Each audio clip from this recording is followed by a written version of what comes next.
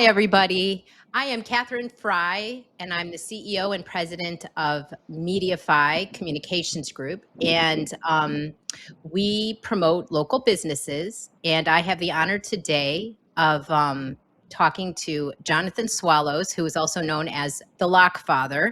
And so for those of us who grew up on The Godfather, I absolutely adore the name of his business. And there are some personal reasons why he calls it that. So we'll discuss that during the interview. Jonathan, tell us where you are right now.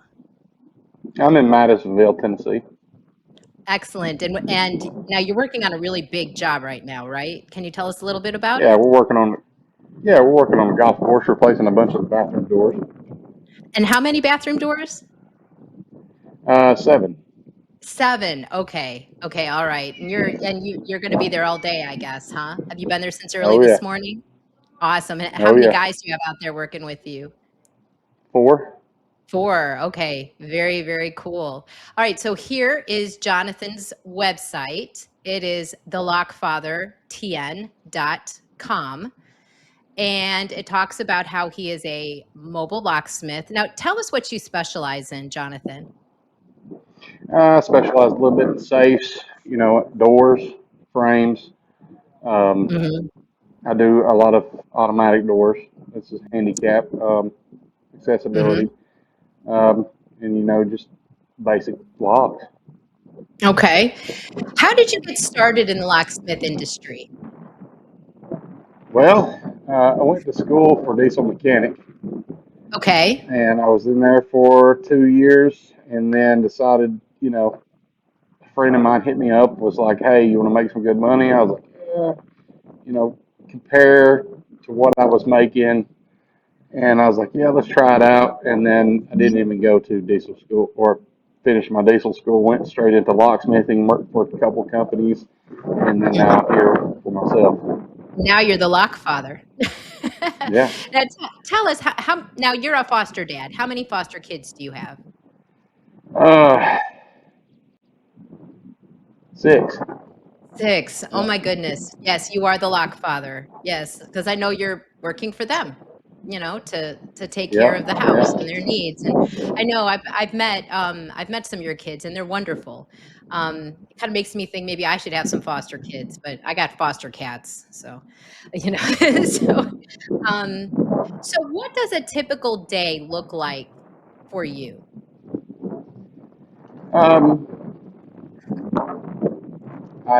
It's people call me when they need me. I'm not a type of person that you think of. I'm the guy you call when like, oh crap, it's right then.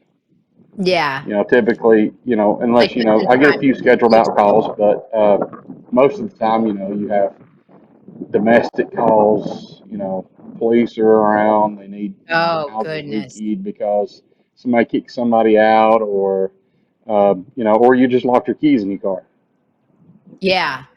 So you're basically your safe's locked up. You need either a will, or you need money out of it, or just to go hang out and shoot your friends for a little bit of extra. Yeah. I mean, I'm sure you're out Or there. when a front door shuts down on a just an automatic door shuts down and letting all the cold air out, or whatever. Oh yeah. Anything. Yeah. I know one time I was living in an apartment and I couldn't get the door open, and it was winter, and I literally had to bust my door down. I had to break the lock to get in, and I had to call a locksmith. And I said, "Please, I need you to come out and fix this lock," because I had to bust my own door down. He came right out and he fixed it. And I thought, "Oh my goodness, thank you." Because I mean, I wasn't living in the greatest of neighborhoods, and I needed that lock put back in. He came straight away. I was really impressed. Oh yeah. I was up 6 flights of steps. He walked up. He did it, and it was like 40 below zero. He still showed up. It was amazing. You guys really rescue people. So that leads me to my next question. What's the most unusual or memorable job that you've ever had? Oh man, it was Christmas Day. I was working for another company, and I was on call. I hated being on call on Christmas because of the kids and stuff, but it's something I had to do. But I showed up to this lady's house. Sweet, sweet lady. Mhm. It was on Mhm. Christmas. I hate even charging her because the company I worked for needed charge, but Mhm. I let her in, and she was having issues with her lock, and she couldn't get her key to go in. She called her tenant or landlord several times, Mhm. and it was it started snowing or raining. Mhm. It was raining, and this little lady she handed me her keys, and she said, "Here's the key to my house." I said, huh. So I just walked up and stuck the key in, and it worked just fine. It Oh, was a little tough getting in. yeah. I let her in, and after I let her in, I had to explain to her, this is what I've got to charge. It was just a service call out there, Yeah. and she called us a con artist and scam Oh. and all kinds of stuff. And I told her, I called the owner of the company. And he was like, you know what? Um, Tell her you're going to call the law and all this and that. So I told her, and she she got super upset, and she said she's not paying. So called the owner back, said she's not paying. So he's like, well, just tell her have a Merry Christmas and just leave. I said, okay. Well, as I told her have a Merry Christmas and I started to leave, she immediately grabbed me Oh, and no. held me from leaving and told me I'm not leaving nowhere until I get paid. I was like, well, okay. She said she's going to get her landlord to pay me, but um, the landlord still didn't answer the phone, whatever. So I told her have a nice, Merry Christmas. Don't worry about it. Mhm. I got in Mhm. back in my van and started. I cranked it up, and she jumped on my hood and held Oh on my to gosh, my so windshield she was wipers. crazy. Oh my gosh. Oh, she was crazy. I was like, holy cow, this is not good. So what did you do at that point when she's So, on your windshield? well, I got out, walked her back up to her door, told her sit right here under the awning. I'll get in the van and wait until you get a hold of me. As soon as she turned her back, I threw it in reverse and took off. Yeah. And she chased So me down the driveway. oh my gosh. So It was crazy. did you ever get paid on that one? No, no, Lord, no. No? I worked off commission too. No, Oh no, I my didn't god. get paid. I didn't really care, but get paid on that job. To be honest At with you. that point, you were like, "Forget it." You were lucky just to get out of there. So, Oh yeah, um, no, I've had some wow. crazy ones. Wow. Okay. What are some common misconceptions about locksmiths? Uh, what do you mean by that? Well, sometimes people have certain ideas about an industry. Like, can you let people into? I mean, like when you show up, I guess. Do you? Well, here's a thought. I mean, can you just go ahead and take care of someone, or do you have to get some kind of ID to make sure they're a homeowner? Or Oh no, no, yeah, I see what you're saying. No, when I pull up to a house or open a car, even I have to, make sure, mm, I need your license to show that hmm you verified that you live at this address. If it does yeah, not, I have to have someone that lives at this address see some mail or something. And you get these that don't, change their IDs over um, yeah, to their actual address. It takes forever for somebody to do that until the other yeah. one runs out of date. Um, Right. and then I have to see mail and or a your name on the top or Yeah. registration stuff like that. And you wouldn't Can you? believe how many people you get like that. I mean, have you had people who like didn't live at a house call you and Oh try to? yeah, Oh, so they're like oh basically yeah. trying to break in. They're trying to break Neighbors. in. Oh my Yeah, I've had goodness. neighbors do it. Oh my gosh, and you're just like, "No, I'm sorry, I can't let you in. This isn't gonna work. You're not the homeowner." I mean, Yeah, yeah. oh my We've gosh. had people unlock their house and they run in, lock the door, and not pay too. So, but Oh, we okay. have to call the law out and they arrest them. So if for theft of Right. service, Gosh. but Who would have thought that they being a think that. locksmith is so exciting? You have such an exciting job. Oh, Oh it's goodness. crazy. It sounds crazy. Maybe that's the right word rather than exciting. I can see how it would be quite nerve-wracking. It is. So, I mean, not long ago, we just had a golf ball hit one of these bathrooms we were working at, probably oh, 5 feet from where we were working. Are you next to a golf course? Oh yeah, that's what Yeah. we're doing.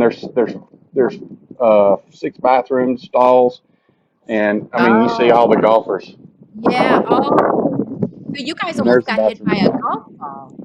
I Oh hope you yeah, have no I hope you have four, general no nothing. liability It just come in insurance. through whistling. Oh, Lord. So, oh, And wow. the gentleman walked up and was like, "Did you see a ball eating by chance?" It's like, "Yeah, yeah, it's Yeah. somewhere over that way." Oh, oh my goodness. Wow. Okay. Um, okay, so what should people look for when they're choosing a trustworthy locksmith? Well, so there is a ton of locksmiths in Tennessee right now that's opened up just this past few years, within about 6 to 8 years, somewhere in that general ballpark. That has they closed down the licensing in Tennessee. I had my license for the longest. They closed it Mhm. down to where you can't buy a license no more in Tennessee. You can't get it. It's pointless. And you've got all these Mm, guys coming in, foreign guys, and just I mean they're just.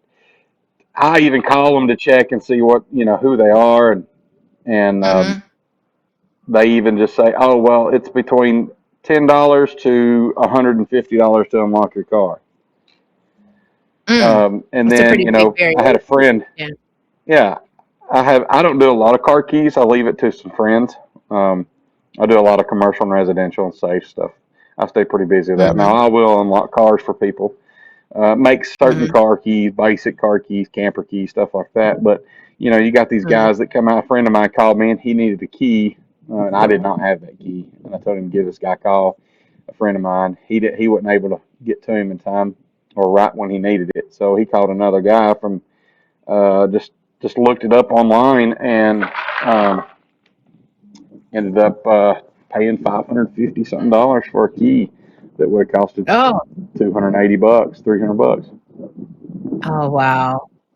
Just Oh my goodness. outrageously overcharged.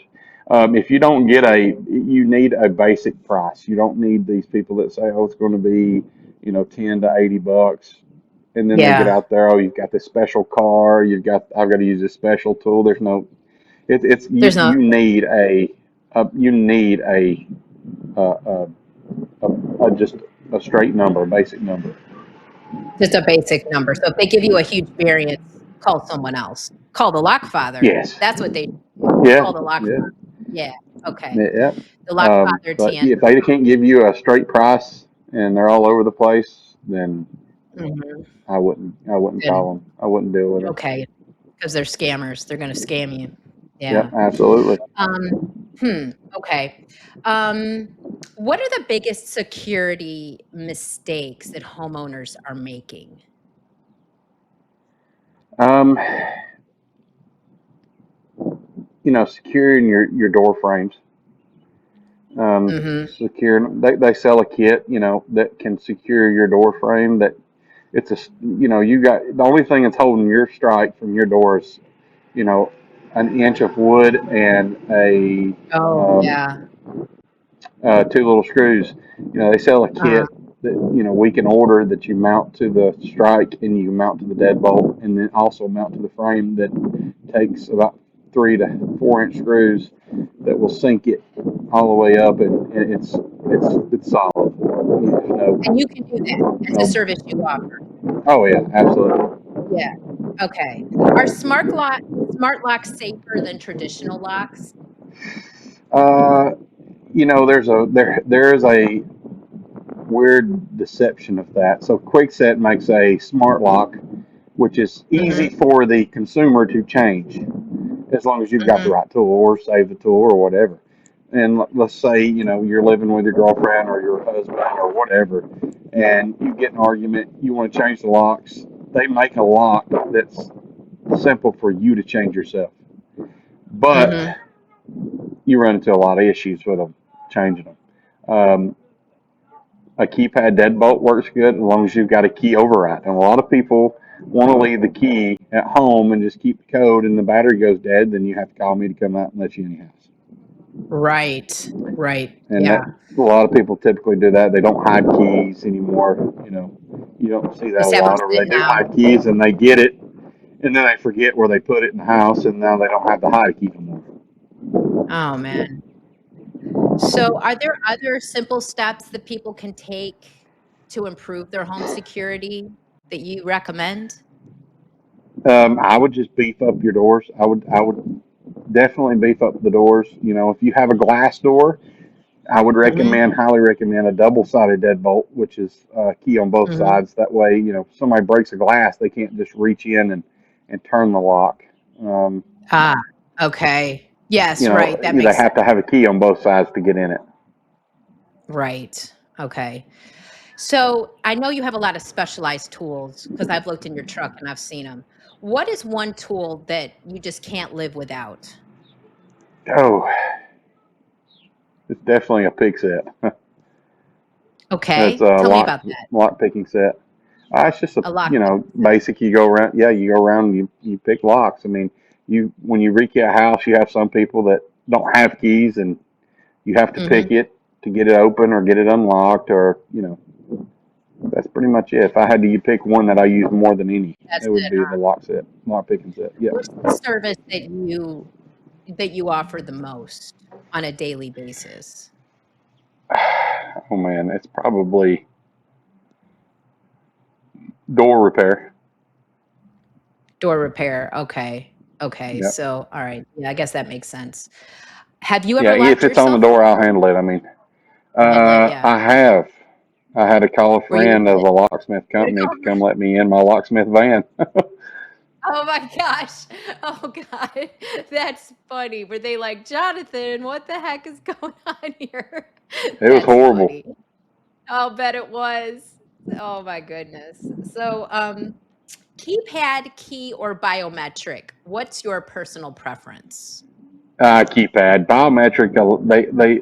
They're faulty sometimes. If you have dirty fingers, or it's cold Mhm, outside, and just a little bit of everything. mhm, Definitely keypad. Most of your biometric stuff nowadays don't have a key override. Some of your stuff don't. mhm, But if you know don't have a key override and the mhm. battery goes dead, you're just kind of plugged. And most, a locksmith can't come out and just pick open a biometric lock. Um, and there's some So biometric locks that have what do you do in that case? keys. I mean, you just bust down the door? You typically I have to mean, drill it out. You have to uh, take it off the door and replace the handle or whatever, something more basic, because we don't carry nothing like yeah, that in our vans. no. So you Um, just have to remove the biometric and put in something more traditional. Yeah, back Absolutely. to the basics. Back to the basics. Yeah. Yeah. I've never had a And that's what biometric before. everything leads down to. Even car keys, when I unlock cars, they're like, "Oh, this ain't supposed to lock. This ain't supposed to lock." Well, it does. I Yeah, mean, your battery it key does. fob goes to 2024. They're like, it ain't supposed to lock. Well, when your key goes dead and it don't recognize your key no more, it's gonna lock. It's gonna lock and then you can't get in. Wow, Yeah. okay. So what challenges come with running a locksmith business? Uh, Advertisement. Yeah, That's pretty much it. I right. mean, and you run into some disturbing customers, but Mhm. not too many customers are that way. So I mean, you're it's gonna not too bad obviously to have run it. some crazy. Yeah. I mean, would you say it's high stress, mid stress, or low stress? Um, I'd say to me, it's very low stress. But, Very low stress. my wife and You're kids pretty also say easy that, going down.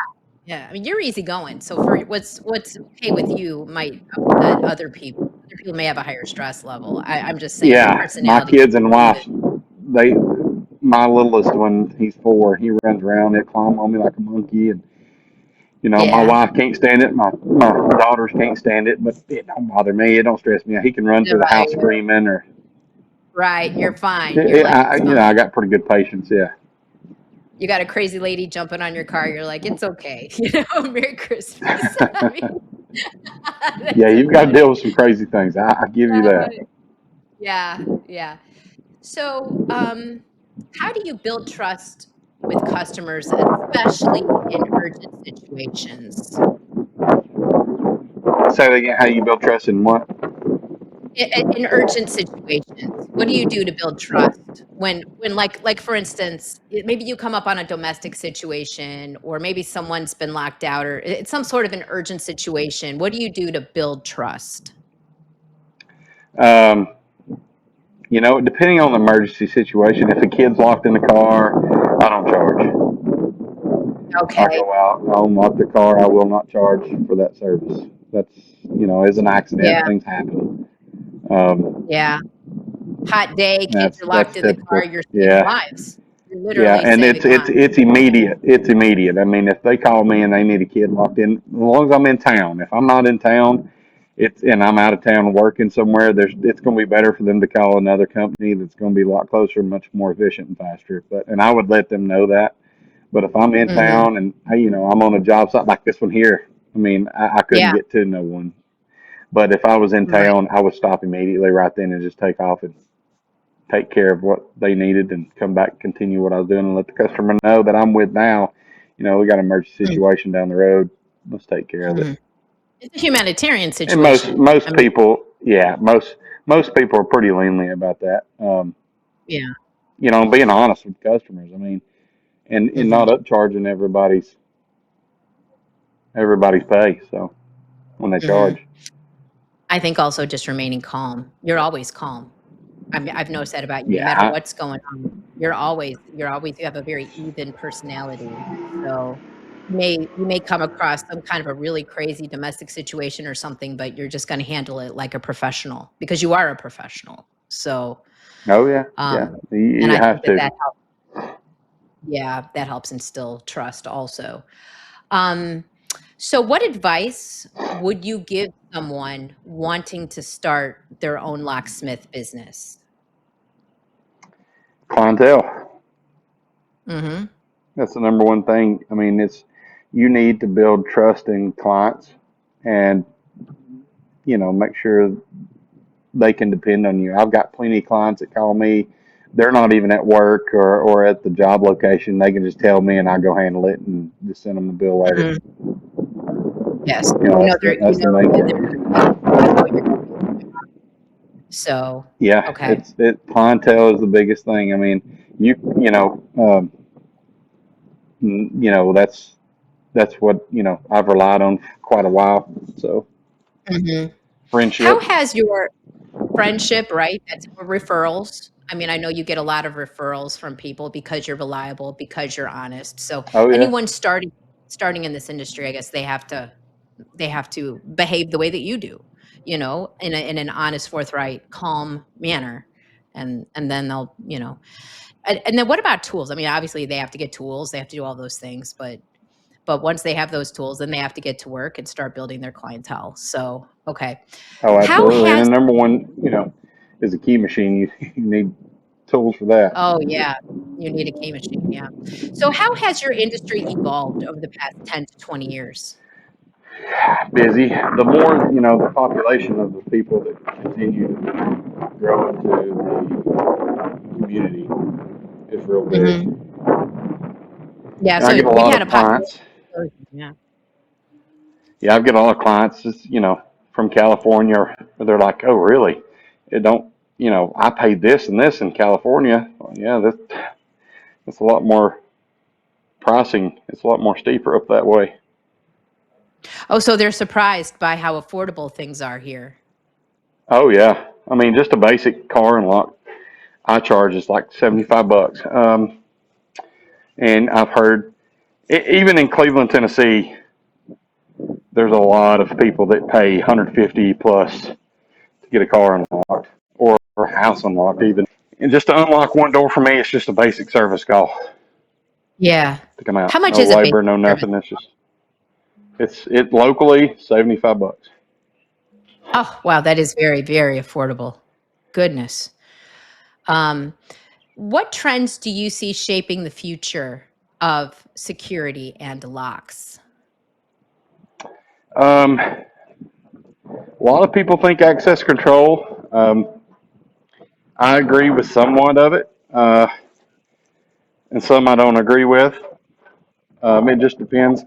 Most people want to go with easy accessibility now. Um, but Mhm. you run into a lot of issues with the locks not working. People don't like it. It depends on the installer, how they do. Um, I kind of steer away from it to your basic, you know, your basic key situation. You need to be, you know, let in with your keys. With your Card key, key. everything can fail electronically. Yes.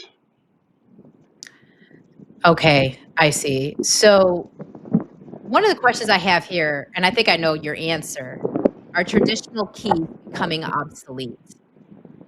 No. No, I agree. I No. agree. It Because when can't. I people mean, Mhm. it just can't. I mean, you have a lots and lots of stuff that batteries go dead. I Mhm. mean, power failures all the time, and Right. you got to have a manual key override to get in it or get around it. Do you think that AI is going to affect your industry? And if so, how? I don't think so, because everything I have to do is manual. I mean, Mhm. um, there's And no is it gonna affect the unless locks? you're Is it are I mean, are people no, gonna have it's locks? no everything. I mean, you're going to always have something that fails, and you're always going to have to call me. Mhm. That's the biggest Yeah. thing, or call a locksmith, not just me. But you're going to have things that fail. You're going to have doors that fail. You're going to have safes Mhm. that fail. Everything's going to fail, and when they need it, they need somebody to fix it. Right. Exactly. Exactly. So, have you ever had to refuse a job for ethical or legal reasons? Absolutely. Absolutely. Okay. Yep. Yeah. I've had to turn calls away. Just can you give one quick example? Well, I've had one customer um, give me a call. I have a couple customers. One of them give me a call and ask me if I can go open a car for their friend. And I said, yeah, give them my number. They called me and give me their location, but it wasn't even their car. They were trying to Oh, play a joke goodness. on a friend. And I was like, I can't do this. No, you can't be a part of Um, that. Okay, we're coming no, up here on the end, so I wanna thank you very much, Jonathan, for coming on Chat with Kat, and if anyone wants to get a hold of the Lockfather, it is thelockfathertn.com or 423-779-4117. Thank you, Jonathan. thank you.